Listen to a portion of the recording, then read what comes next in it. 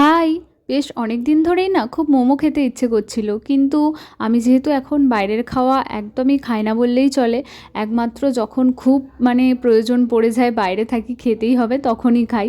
তো যাই হোক, আজকে ভাবলাম বাড়িতেই বানাই। আর যেহেতু বাড়িতে বানাচ্ছি ভেবেছি একটু হেলদি উপায়েই বানাবো।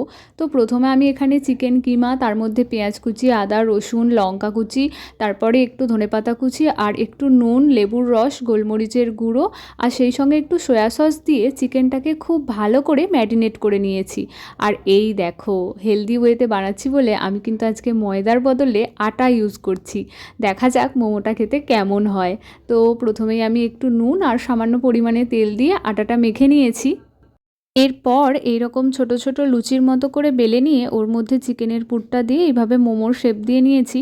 আর তারপর আমি এরকম একটা ছিদ্র করা পাত্রের মধ্যে একটু অয়েল ব্রাশ করে মোমোগুলো সাজিয়ে তারপর একটা পাত্রে জল গরম হতে দিয়েছিলাম। জল গরম হয়ে আসলে ওর মধ্যে দিয়ে 20 থেকে 25 মিনিটের জন্য স্টিম করে নিয়েছিলাম। আর বিশ্বাস করো, খেতে কিন্তু দারুণই হয়েছিল। ভাবতেই পারিনি যে এটা আটা দিয়ে তৈরি, খেতে কেমন লাগবে এরকম ভাবছিলাম, কিন্তু সত্যিই অসাধারণ খেতে হয়েছিল।